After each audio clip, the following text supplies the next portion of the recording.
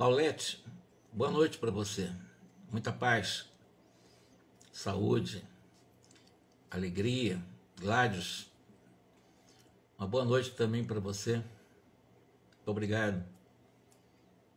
Muito obrigado.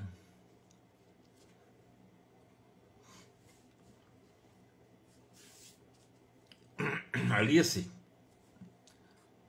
então, boa noite para você também. Um grande abraço aí para vocês.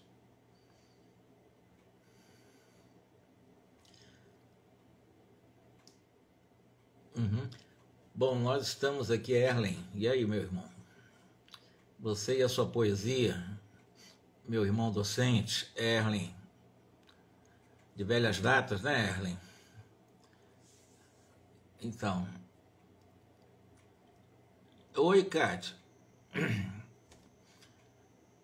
Tudo bem aí na terra dos nossos irmãos? Um grande abraço para você também, Cátia. Vamos lá? Em face do imperativo de um tempo limitado pelo Instagram, né, nós não podemos... vamos tentar ganhar tempo aqui, fazer os estudos propostos, né? Entre a terra e o céu. E vamos aqui aprender com André Luiz, um drama realmente que envolve poucos personagens, mas nós vamos ver a lógica da reencarnação. Como eu sempre digo aqui para vocês que estão nos acompanhando, fazendo um estudo comigo, o seguinte: nos estatutos de Deus não existe espaço para punições, não existe. Tudo que nós aprendemos com os espíritos é que Deus é misericordioso, Deus é amor, Deus não nos condena, Deus não nos censura, Deus não nos pune. Mas as religiões criaram essa ideia de um Deus vingativo, de um Deus que pune, de um Deus que está preocupado com cada segundo dos meus pensamentos, das minhas palavras. Então nós praticamente criamos, ou recriamos, ou mantemos um Deus antropomórfico, né? Um Deus com características humanas, um Deus vingativo, parcial, um Deus da religião A, B, ou C, ou D, ou E, ou F até Z. Mas não é assim. Deus, para nós entendermos o Criador, é procurar entendê-lo como a fonte mais pura da energia de amor. Entender Deus como irradiação de amor, como irradiação de luz. É assim que devemos entender Deus, porque Deus passa por todas as religiões, por todos os religiosos, por todos os materialistas, por todos os ateus, por todos os encarnados, por todos os desencarnados, do verme às mais infinitas e distantes galáxias. Deus se faz presente, porque Deus está em tudo e em todos. Deus, na sua misericórdia, no seu amor, como eu disse, ele não fica nos vigiando o tempo todo, nos aplaudindo quando acertamos ou até mesmo nos punindo quando erramos. Não existe isso. Todo o processo de alargamento para que possamos discernir em nossas escolhas, ao evoluirmos no campo intelectual, é o campo da inteligência, que é ampliar a nossa razão, o nosso raciocínio e os nossos sentimentos.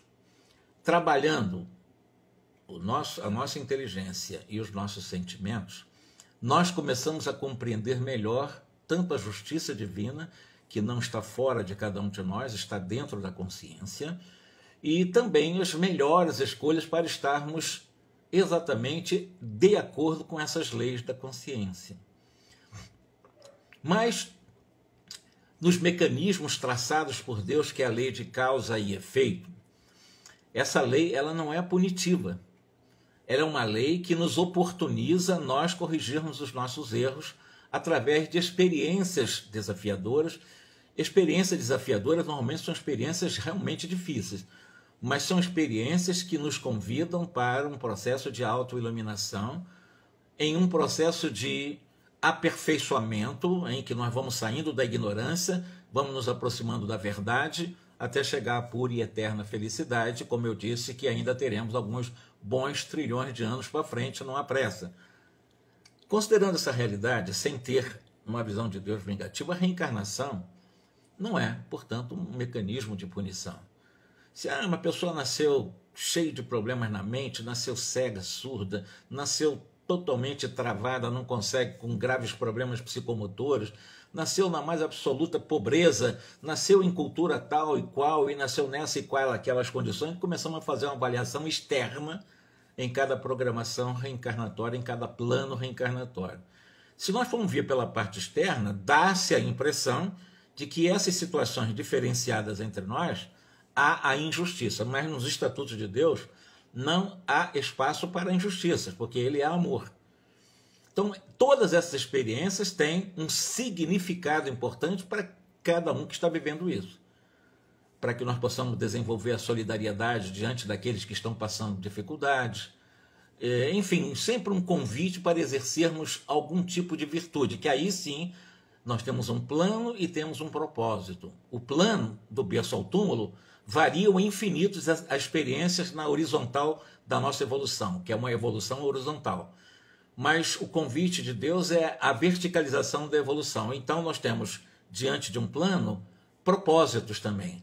E o propósito está ligado ao esforço de cada um de nós desenvolvermos virtudes.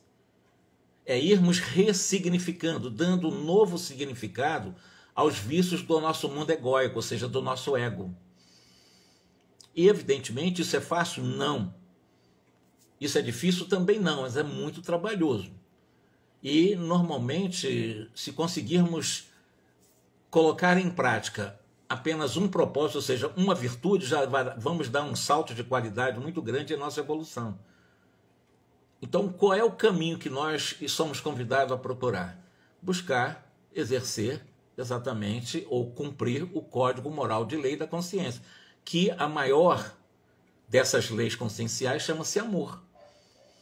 Amor, justiça e caridade. E aí, indo por esse caminho, com certeza nós vamos dar um salto de qualidade em nossa evolução, em nosso trajeto, em nossa jornada evolutiva muito grande. Depende de cada um, não vai cair do céu, é pelo esforço individual. Vamos falar do capítulo 5, considerando a reencarnação como oportunidade, não como punições, nada disso. É um mecanismo que nos oportuniza resgatar o passado e criar bases sólidas para o amanhã. Alcançáramos à beira do mar, em plena noite. A movimentação da vida espiritual era muito intensa. Então, o que ele está dizendo? Que na orla marítima de qualquer parte da Terra, existe uma movimentação espiritual intensa, é o que ele está dizendo. Muitos espíritos em orlas marítimas do mundo inteiro. Isso não aconteceu só nesse momento, isso acontece o tempo todo.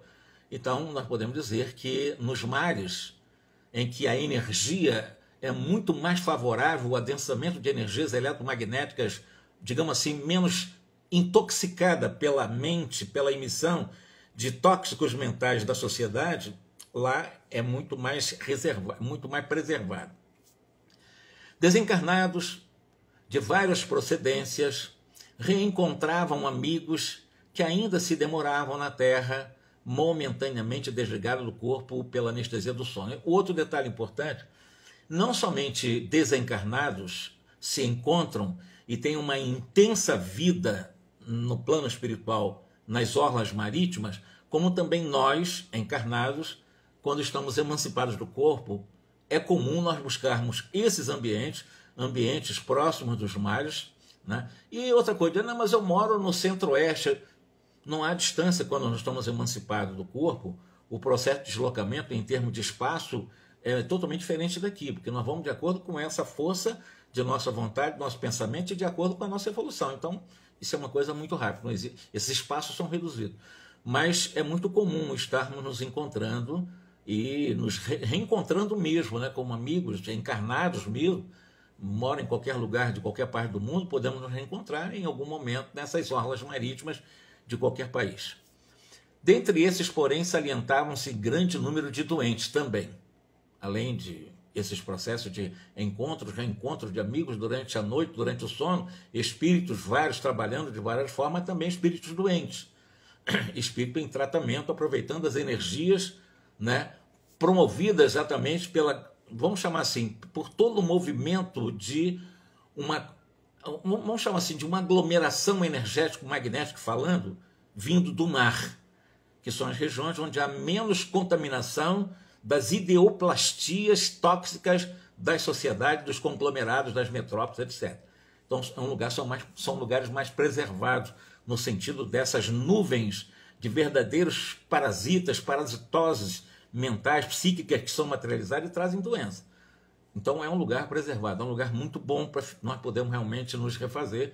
São esses lugares nas proximidades dos mares, seja como encarnado, através da emancipação durante o sono, e como desencarnado também podemos encontrar esses momentos de refazimento nesses lugares. Dentre esses, porém, salientava-se um grande número de enfermos, como eu disse, anciãs, mulheres, crianças, em muitos aspectos diferentes, compareciam ali sustentados pelos braços de entidades numerosas que os assistiam. Então, está falando espírito reencarnado em várias faixas etárias e também em vários gêneros, né? Velhos, mulheres, homens, crianças, etc. E são levados também para lá por entidades socorristas também para assistir esses seres desencarnados e encarnados. Conversações edificantes, lamentos doloridos eram ouvidos, serviços magnéticos de socorro urgente eram improvisados aqui e além, e o ar efetivamente confrontado ao que respiravam na área da cidade, do seu ponto de vista do ar urbano, era muito diferente. Então veja, ele está falando de um ar e ele espírito, André Luiz está fazendo narrativa, ele espírito respirando. O ar que nós estamos aqui assimilando é muito diferente da metrópole, muito diferente desses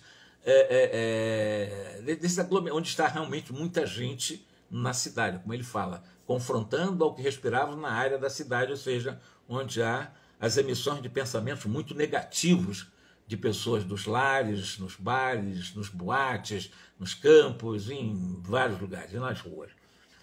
Brisas refrescantes sopravam de longe, carregando princípios regeneradores e insuflando em nós delicioso bem-estar. Então, as próprias brisas marítimas refrescam, né, e que dão exatamente esse processo de um revigoramento, de regeneração, insuflando esse bem-estar para o espírito e encarnado ou desencarnado.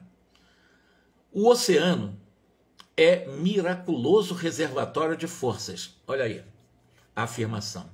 O oceano é miraculoso reservatório de forças magnéticas, de forças energéticas. Elucidou Clarencio, que é o ministro do nosso lar, de maneira muito expressiva, incisiva. O oceano é extraordinária fonte de energia, de forças. Até aqui, muitos companheiros de nosso plano trazem os irmãos doentes, ainda ligados ao corpo da terra, de modo a receberem o refazimento e repouso. Ou seja, muitos socorristas do além pegam-nos quando estamos muito doentes. Ao emanciparmos do corpo durante o sono, somos levados para essas regiões, como ele falou, que a região oceânica, é a palavra dele, né? O oceano é um miraculoso reservatório de força. Então, eles têm ali um gigantesco reservatório de energias eletromagnéticas para a recuperação de encarnados e desencarnados. Aqui ele está fazendo um apontamento mais para encarnados recebendo esse socorro, saindo do corpo através desses socorristas que levam para lá, para esse refazimento, para o repouso. Enfermeiros e amigos desencarnados se esforçam na reconstituição das energias dos seus socorridos. Qual acontece na montanha arborizada, a atmosfera marinha permanece impregnada por infinitos recursos de vitalidade da natureza. O oxigênio sem mácula, casado às emanações do planeta, converte-se em precioso alimento de nossa organização espiritual. Então, tanto o oxigênio puro, casado com outros tipos de emanações eletromagnéticas da Terra, acabam sendo ou convertendo-se no que André Luiz chama de alimento energético para o perispírito, para os desencarnados e para os encarnados também. principalmente quando ainda nos achamos direta ou indiretamente associados aos fluidos da matéria mais densa. Passávamos agora na vizinhança de uma dama extremamente abatida, quase em decúbito dorsal, à frente das águas, recolhendo o auxílio magnético de um benfeitor que se iluminava no serviço e na oração. Então está mostrando agora, estavam passando e viram próximos deles, né, uma jovem, uma dama, né, totalmente abatida, curvada em decúbito dorsal, mas de frente para o mar, recolhendo esse auxílio eletromagnético vindo das águas marítimas, né, através de uma intervenção de um benfeitor que, orando em seu serviço de socorro, mostrava a sua intensa luz também. Tudo isso narrado por André Luiz nesse cenário marítimo. Clarencio deixou-nos por alguns momentos, conversou alguma coisa com um amigo a uma pequena distância de nós e depois voltando informando. Essa dama trata-se de nosso círculo pessoal. Ela é assediada por um câncer. Então essa dama em decúbito dorsal, ela está realmente com câncer. Foi retirada do veículo físico durante a noite através da hipnose, a fim de obter a assistência que lhe é necessária. Mas o André Luiz perguntou para o Clarencio: esse tipo de tratamento pode assustar o desequilíbrio das células orgânicas, para estar com câncer? E o André Luiz perguntou se esse tipo de tratamento, essa magnetização com a atmosfera, com ar, com a energia eletromagnética vindo do mar, nesses instantes, poderia realmente assustar, ou seja, paralisar esse processo multiplicador, porque o câncer é essa multiplicação desordenada das células, dos tecidos, e que vai levando exatamente, normalmente, o ser a ter graves problemas e até o óbito. E se esse tratamento assustaria, ou seja, paralisaria esse desequilíbrio desse processo de multiplicação pelo câncer. A doente conseguirá curar-se de modo positivo? Ainda é a pergunta de André Luiz. E o Clarencio explicou o seguinte: olha, realmente, na obra assistencial dos espíritos amigos, que interfere nos tecidos sutis da alma, é possível, quando a criatura se desprende parcialmente da carne, uma realização de coisas maravilhosas, atuando nos centros do perispírito. Por vezes, efetuamos alterações profundas na saúde dos pacientes, alterações essas que se fixam no corpo somático de maneira gradativa. Então, primeiro eles curam, ou assim, reharmonizam as energias do perispírito, para que isso seja somatizado no corpo físico gradualmente. Não é do dia para a noite, não está lá de dedo. Mas então eles recuperam primeiro o desalinho, os desequilíbrios perispirituais nesse processo, e quando o perispírito volta para o corpo várias vezes, haverá uma somatização das energias benéficas para a gradual possível cura, o que ele falou. Muitas vezes com alterações profundas na saúde dos pacientes. Grandes males são assim corrigidos, enormes renovações são assim realizados. Normalmente, quando encontramos o serviço da prece na mente, enriquecida pela fé transformadora, facilitando-nos a intervenção. Então, isso acontecerá se, primeiro, o paciente realmente estiver em estado de prece o tempo todo, durante a doença. Estado de prece não é ficar blá blá blá, não. Estado de prece é você estar conectado com o bem, com o belo, com o bom, com a harmonia, com a paz. É você estar realmente conectado com Deus, né? E enriquecido pela fé, você acreditar. Você ter realmente, nessa crença que nós chamamos de fé transformadora, facilita essa intervenção positiva até para a cura. Pela passividade construtiva do campo em que devemos operar, a tarefa de socorro se concretiza ou vai acontecer o que ele chama de verdadeiros milagres, para a visão comum, né? Acontecem coisas estupendas em processo de curas possíveis. O corpo físico é mantido pelo corpo espiritual, e nós sabemos disso, a cujos moldes se ajuste desse modo. A influência sobre o organismo sutil é decisiva para o envoltório de carne em que a mente se manifesta. Em outras palavras, se nós tratamos o perispírito, está lá, está doente o corpo com câncer em tal lugar, tiram, porque está emancipado do corpo o perispírito durante o sono, leva para essas regiões marítimas, nesse caso, né, que é o que nós estamos contando, são casos específicos, bem pontuais, E lá eles utilizam as energias das águas marítimas, né, as energias do mar, do oceano, como reservatório de energias eletromagnéticas extremamente positivo, e vai interferir onde? No perispírito, nos centros vitais do perispírito, onde tiver as maiores lesões, né, os pontos mais vulneráveis do perispírito, eles vão reharmonizar através de orações, prece, passes, etc., e essas concentrações magnéticas. Esse perispírito volta para o corpo, melhorado energeticamente, e essa melhoria, essa arrumação energética, devagarinho vai interferindo, porque também a sede da mente, considerando tanto na mente perispiritual como na mente física, vai haver uma interferência exatamente nas funções cerebrais, nas funções de produções de neurotransmissores que vão influenciar no metabolismo, que vão influenciar na recuperação, na regeneração de células que estão realmente degeneradas, etc, etc. Então é muito importante, considerando que o tratamento primeiramente passa pelo perispírito. E nessa arrumação vai somatizar no corpo físico, e o corpo físico vai responder quando a mente ali encarnada for passiva, né? Se ela conseguir ser receptiva a esse tratamento. Se não for, a rebeldia, por exemplo, tem seres que são rebeldes, não lidam bem com a doença, não vão se curar, claro que não. Nossa ação, contudo, está subordinada à lei que nos rege. No problema de nossa irmã, que está com câncer, o concurso do nosso plano conseguirá tão somente angariar-lhes um reconforto.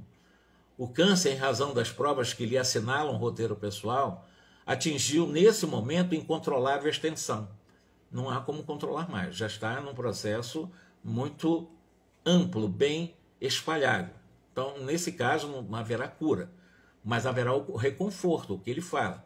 Há essa possibilidade de trazer o reconforto. Ela pode viver com câncer sem transmitir aos parentes dela desespero, agonia, porque fica multiplicado a dor dela e da família.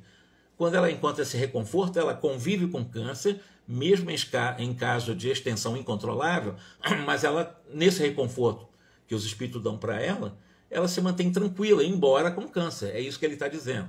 Eu quero dizer que ela agora apenas se habilita à morte calma. De alguma forma é o que o Clarence está dizendo, né? Ela vai ter uma morte mais tranquila por esse reconforto. Quando emancipada do corpo, os espíritos conseguem levá-la para poder aguentar essa incontrolável, né, doença que, nesse caso, vai levá-la ao óbito. Com a cooperação em curso, ela vai despertar no corpo, que está bem desfalecente, mas ela vai despertar mais serena, mais confortada. E isso, repetindo várias vezes as excursões até aqui, noite a noite, ela habituar-se-á a entendimento superior à ideia da partida, ou seja, ela também vai se preparando mais diretamente com a sua desencarnação. Não vai ficar com medo e pavor e trazendo perturbação para os seus familiares e para ela mesma. Então, esse tipo de reconforto ajuda até para que ela possa se habituar à ideia de que ela vai desencarnar em função da extensão da doença dela. Transmitindo aos familiares resignação, coragem para o transe da separação. Ela aprenderá a contribuir com o seu esforço no sentido de aliviar-lhes as aflições pela humildade que edificará dentro de si mesma.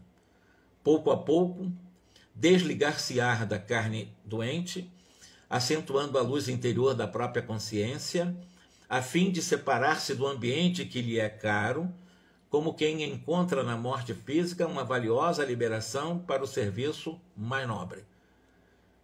E assim, em algumas semanas, mostrar-se-á admiravelmente preparada ante um novo caminho. E depois dessa explicação do Clarencio, ele parou de dar informação e o André Luiz começou a falar, né? Começou a querer entender.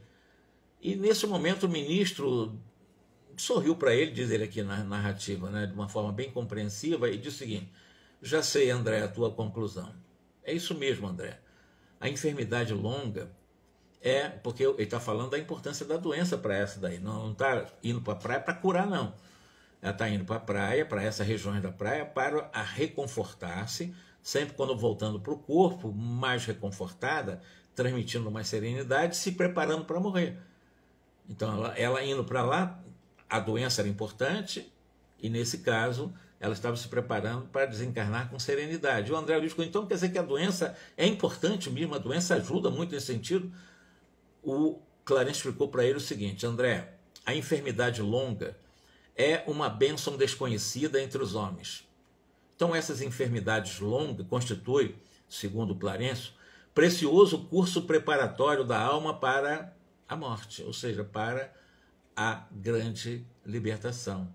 Sem a moléstia dilatada, é muito difícil o êxito rápido no trabalho da morte. Nesse instante, contudo, Zulmira e Odila chegaram à praia em sítio não longe de nós. Então, antes de entrar agora, Zulmira, a segunda esposa lá do pai de quem nós estamos estudando, são os personagens que estamos estudando, e Odila é a primeira esposa dele, né? E antes de entrar nesse detalhe agora de Zulmira e Odila, porque sabendo que Zulmira, como madrasta do Júlio, foi que permitiu, quer dizer, não fez nada para salvar o Júlio morreu, e a Odila é a mãe do Júlio, desencarnada que Odila está. Mas o que foi explicado aqui agora em relação a essa moléstia, essas doenças, elas realmente acabam sendo extremamente importantes e ajudam muito mais ao processo de preparação para a desencarnação do que o que ele chamou de mortes rápidas, né? Esse negócio de êxito é muito difícil quando a pessoa desencarna de uma forma violenta, uma parada cardíaca, e essas mortes, um processo de adaptação para a vida no além-carne, no além-túmulo, não é uma coisa tão simples assim, porque a mente está super acelerada e com os reflexos profundos da vida material. Quando está doente, não, você já vai se desligando dessa vida material aos poucos, e ainda com esses trabalhos de reconforto que os socorristas fazem. Eles fazem no mar, também fazem nas florestas, que eu digo assim, nas montanhas, no lugar onde tem realmente um ar mais puro, né? Onde tem uma atmosfera mais purificada, sem a contaminação dessas parasitoses criadas pela mente enfermiça de seres sensualizados que vivem na sociedade hoje, e não são poucos, nós podemos dizer que quase 99% dos seres humanos encarnados e desencarnados. Então é uma atmosfera muito negativa para quem está doente. Mas de qualquer maneira, agora vamos entrar os personagens, né? Zulmira, a madrasta, né? E a Odila, que é a mãe de Júlio, chegam à praia, exatamente onde o Júlio morreu, né? Em um local não longe de nós. Clarencio pediu assim: André, preste atenção. Hilário, preste atenção. São dois médicos. Rodeamos-las prestamente, qual se fossem nossas irmãs enfermas sob a nossa guarda. Nenhuma nem outra nos identificava a presença. Tampouco pareciam interessadas pelo movimento naquele local. A Odila centralizava o olhar sobre a Zulmira, enquanto que Zulmira revelava na expressão facial o intraduzível terror dos que se abeiram do extremo desequilíbrio. Zulmira ensaiava o gesto de quem se propunha a regressar precipitadamente para casa, querendo fugir daquele local, voltando para o corpo, mas contida por Odila, avançava entre aflição e pavor. E, repetindo as mesmas acusações que já ouvíramos, Odila sempre acusando ela como assassina, martelava o cérebro da outra, né, reiterando desapiedadamente: recorda o crime a infeliz, lembra-te da horrível manhã em que te fizeste assassina, onde colocaste o meu filho, porque afogaste o inocente, sua megera.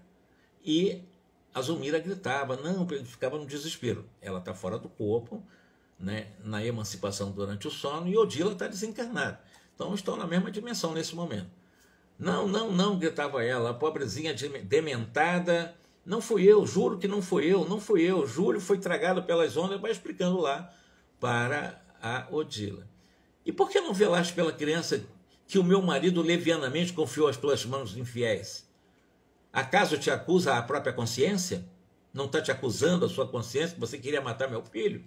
Esse é o diálogo. Onde situas o senso de mulher?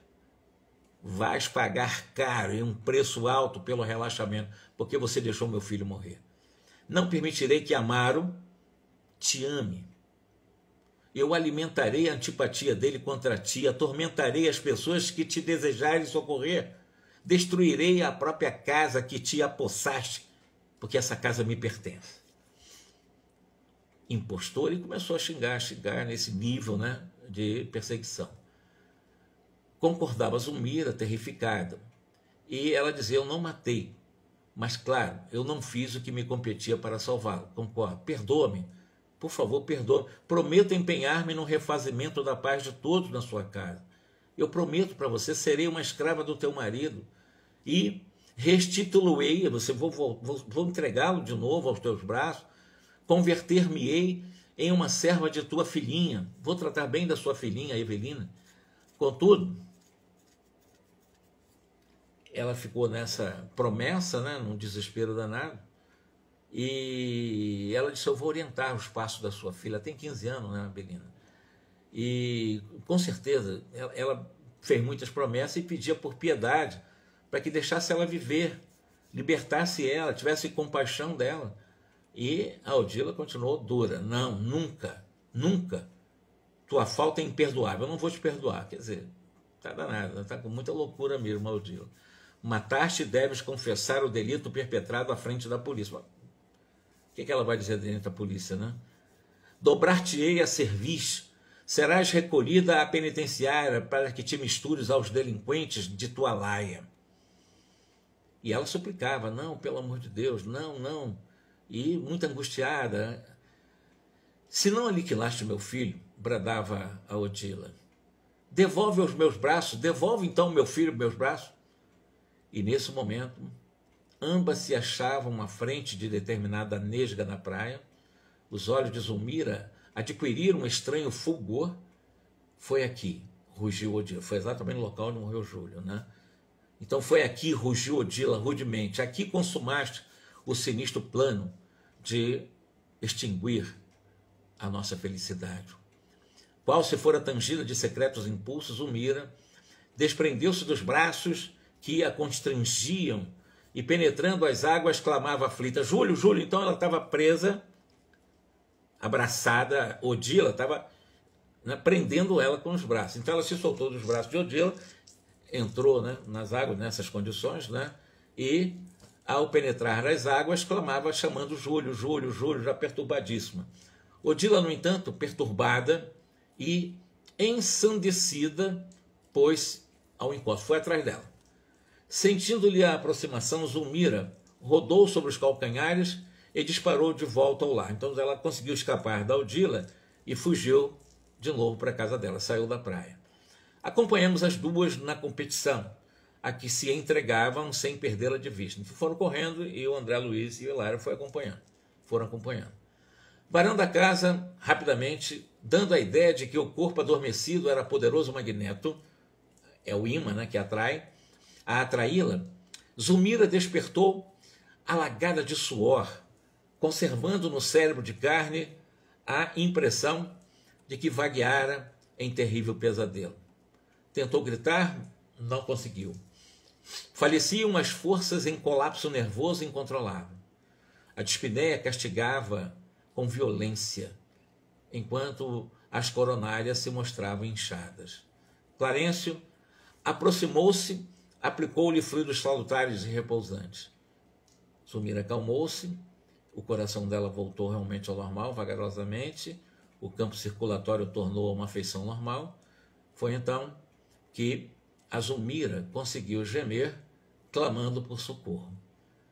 E nesse momento, o André Luiz diz, o grupo, né, Hilário, André, o próprio Clarencio, propunham seguir o caso de Zulmira, não só para cooperar a favor das suas melhoras, mas também para registrar os ensinamentos possíveis. E, solicitando o concurso de Clarencio, o Clarencio disse o seguinte para ele: André, ok, para auxiliar em processos dessa natureza, André, é muito importante caminhar para a frente, mas para compreender o serviço que nos compete e avançar com segurança é necessário voltar à retaguarda, armando-nos de lições que nos esclareçam. Não sabíamos como interpretar-lhe a palavra. O que o Clarencio está dizendo o seguinte, que para auxiliar em qualquer processo dessa natureza, lembra que eu falei, não vai ser uma desobsessão simples que vai tirar Odila da mente de Zulmira. Não é uma coisa tão simples assim, para tirar essas almas tão jungidas, quase num processo de possessão. E medicina humana não consegue resolver essa questão, nenhum psiquiatra consegue resolver uma questão dessa. E é o que ele está dizendo para o André Luiz, já que o André Luiz pediu, eu quero acompanhar esse caso. Tudo bem, é preciso marchar à frente, mas para compreender o serviço que nos compete e avançar com segurança, é importante voltar ao nosso passado, reguardar, armando de lições que nos esclareçam. Como André Luiz diz que não sabia como interpretar essas palavras do Clarencio, né? O próprio Clarencio diz o seguinte, olha, para realizarmos um estudo geral da situação, que nós estamos agora diante dela, convém o contato com outras personagens do drama, que se desenrola nesse momento aos nossos olhos. Isso ser-nos-á interessante, para isso, uma visita ao pequeno Júlio, nós podemos visitá-lo, né? No domicílio espiritual em que estagia. Ou seja, vamos também falar com Júlio. Vamos ver quem é o Júlio. Qual a ligação de Júlio? Zumira, Júlio, Odila, Júlio, Amaro, Júlio, Evelina. Nesse drama todo, o que existe no destino de cada um dentro de um plano reencarnatório? Qual era o plano reencarnatório de Júlio? Vamos compreender isso. Não adianta a gente querer trabalhar esses dois totalmente, um possuindo o outro, na realidade, um pelo remorso e o outro pela vingança, mas vamos trabalhar um pouco mais, vamos destrinchar isso. É o que o Clarencio está explicando para o André Luiz, que se colocou voluntário para acompanhar o caso. Quer acompanhar? Então vamos lá nas raízes. Vamos ver as matizes que nós não estamos vendo agora. E ele está sugerindo, vamos visitar o Júlio, né? Onde ele estiver agora recolhido. Será um prazer, disse o André Luiz. Poderíamos seguir agora? O Hilário perguntou, né?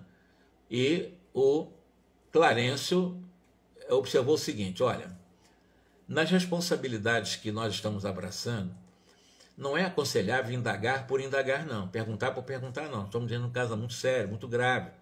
Há aqui realmente uma tentativa de homicídio, há aqui uma vingança de uma mãe que se sente realmente traída, ciumenta, há um marido que por 2 casamentos está absolutamente abatido diante da morte de Júlio.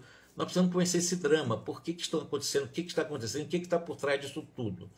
Procuremos o objetivo, a utilidade, a colaboração no bem. Não nos achamos em férias, e sim em trabalho ativo.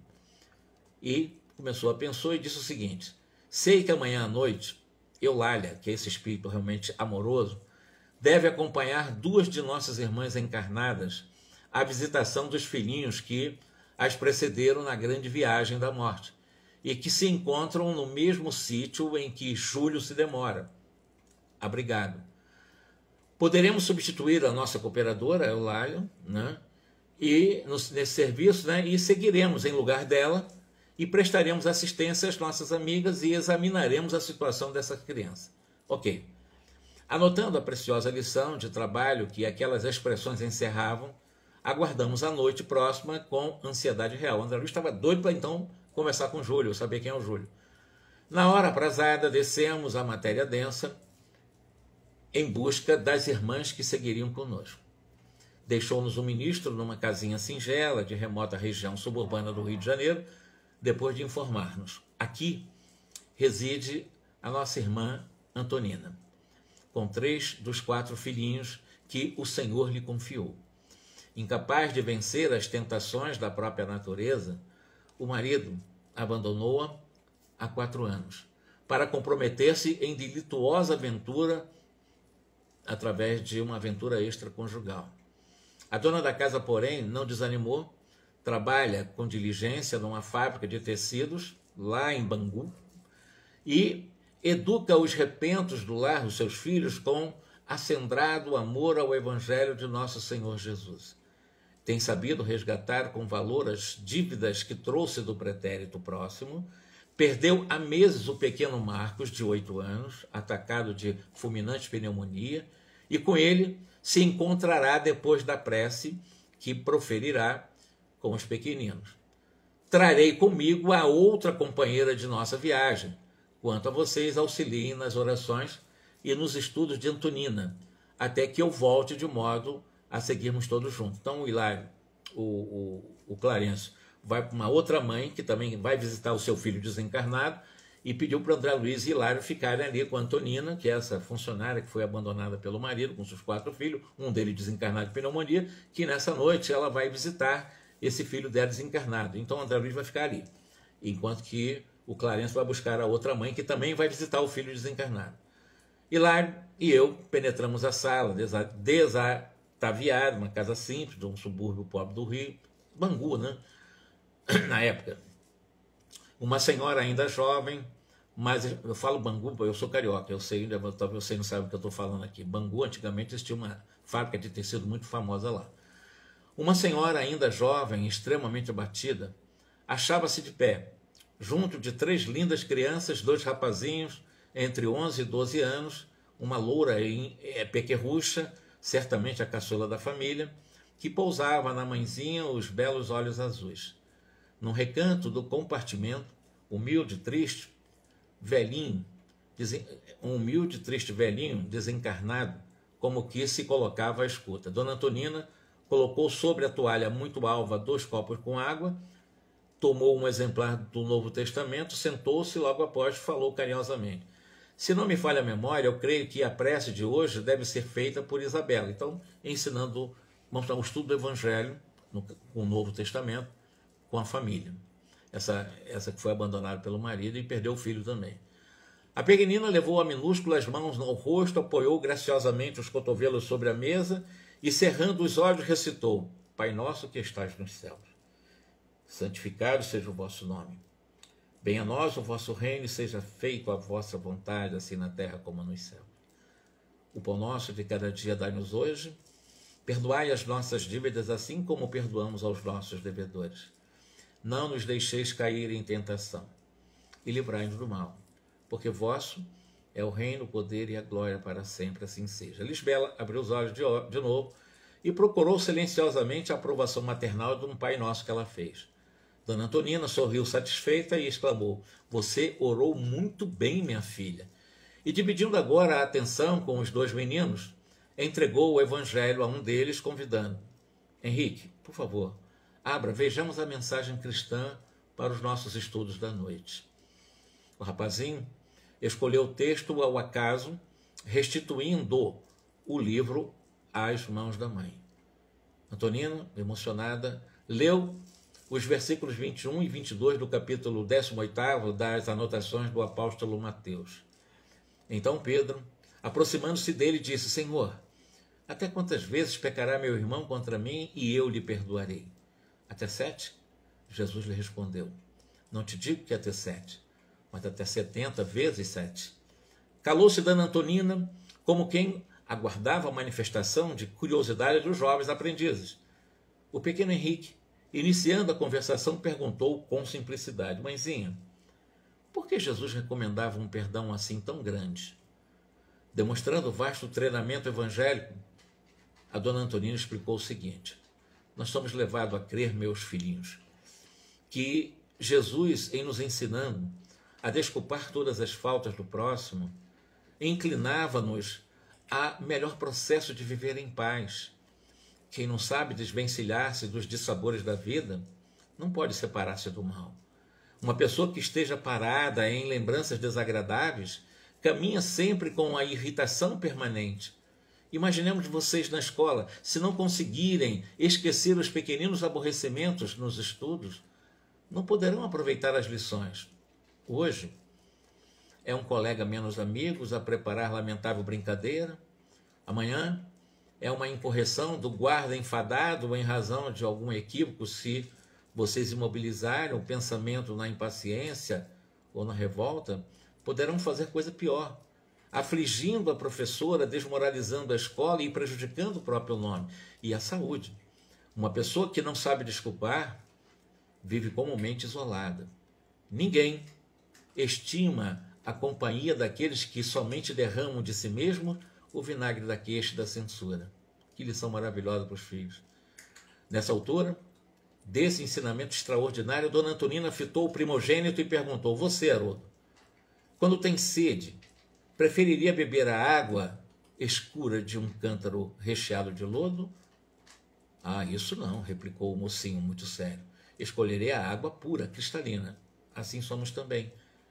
em se tratando de nossas necessidades espirituais, a alma que não perdoa retendo o mal consigo, assemelha-se ao vaso cheio de lama, de fel. Não é coração que possa reconfortar o nosso. Não é alguém capaz de ajudar a qualquer um de nós a vencer nas dificuldades da vida. Se apresentamos nossa mágoa a um companheiro dessa espécie, quase sempre a nossa mágoa fica maior.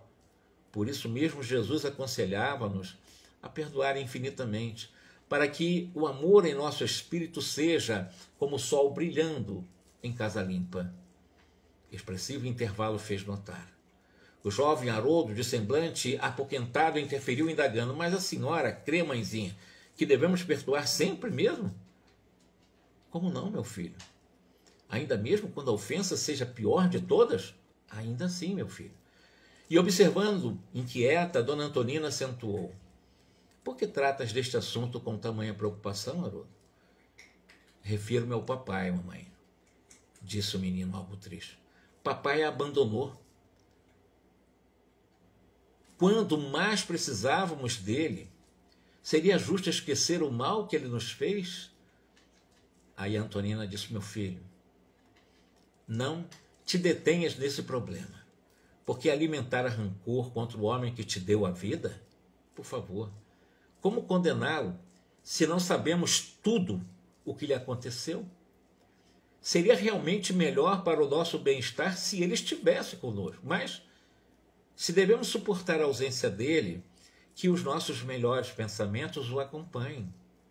Teu pai, meu filho, com a permissão do céu, deu-te o corpo em que aprendeste a servir a Deus, porque esse motivo é credor do teu maior carinho. Há serviço que não podemos pagar, senão com amor.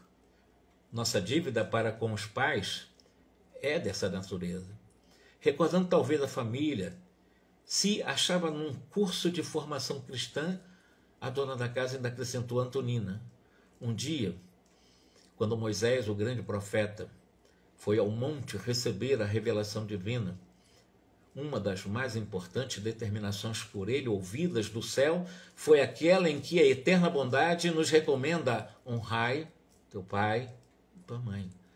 A lei enviada ao mundo não estabelece que devamos analisar a espécie de nossos pais, mas sim que nos cabe a obrigação de honrá-los com os nossos amorosos respeito, sentimentos de compaixão, sejam eles quais forem os pais. A reduzida assembleia, recolhida a explicações de olhos felizes iluminados, Haroldo mostrou-se conformado. Todavia ainda ponderou: compreendo, mãezinha, o que a senhora quer dizer. Entretanto, se o papai estivesse junto de nós, talvez que Marcos não estivesse morrido. Teríamos o dinheiro suficiente para tratá-lo. Dona Antonina enxugou apressadamente as suas lágrimas e continuou: seria um erro permitir a queda de nossa confiança no Pai Celestial.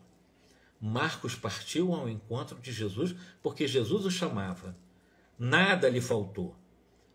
Rogo a vocês não darmos curso a qualquer ideia triste em torno da memória do anjo que nos precedeu. Nossos pensamentos acompanham no além aqueles que amamos. Nesse ponto da conversação, Lisbela inquiriu, graciosa: mãezinha, Marcos não vê? Sim, esclareceu dona Antonina, emocionada. Ele nos ajuda em espírito, pedindo a Jesus forças e bênção para nós. Por nossa vez, devemos auxiliá-lo com as nossas preces, com as nossas melhores recordações. Dona Antonina, porém, pareceu asfixiada por enorme saudade, enquanto os meninos comentavam com interesse os ensinamentos da noite. Demorava-se absorta, mentalizando a imagem do pequeno Marco. Quando o relógio assinalou o fim do culto, solicitou a Henrique que fizesse a oração de encerramento.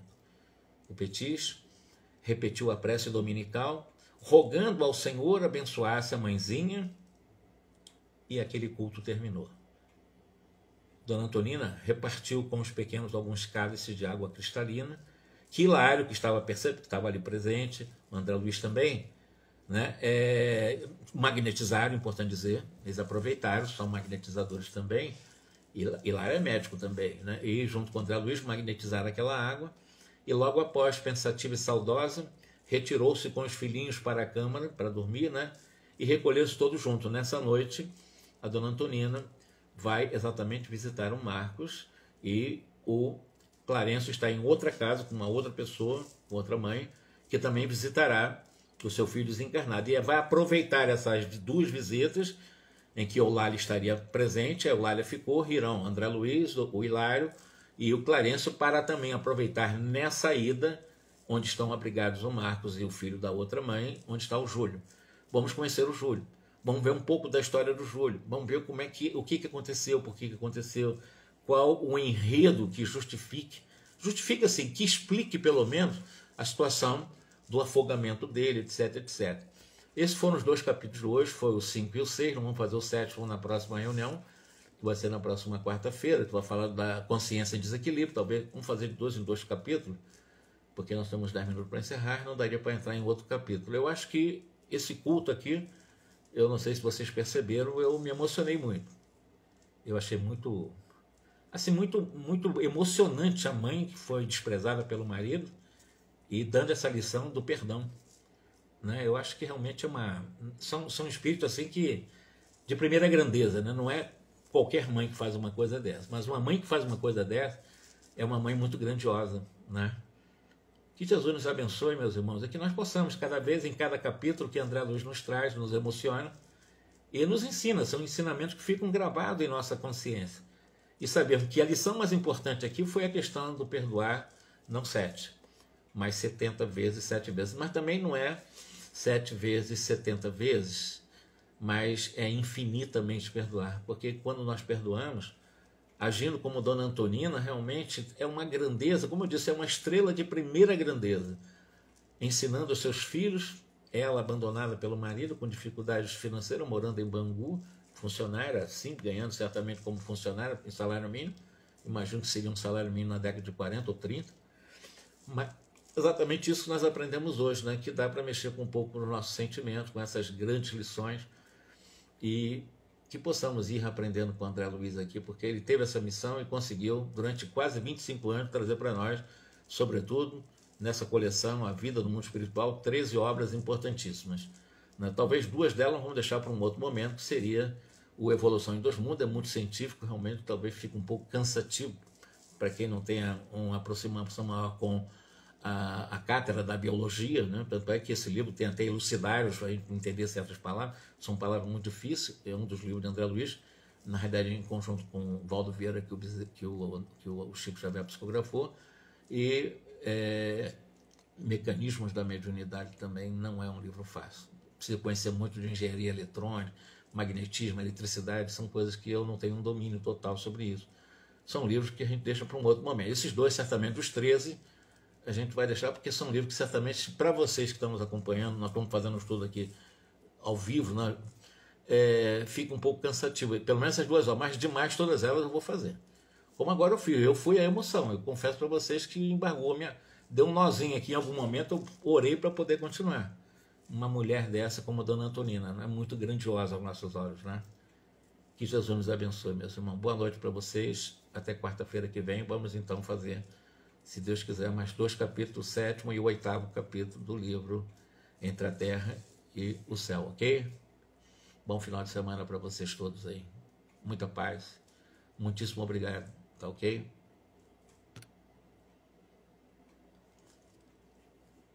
Obrigado, tá? Todos vocês aí que nos acompanharam, muito obrigado. Eu me emocionei, eu gostei muito da visão daí da Antonina, sabe? Me pegou de surpresa aqui, que eu não tinha lido antes. Esse capítulo não. Eu realmente confesso que me pegou aqui, eu baqueei um pouco, mas consegui levar. Um grande abraço para vocês aí, tá? Muita paz, um bom final de semana. Fiquem com Deus.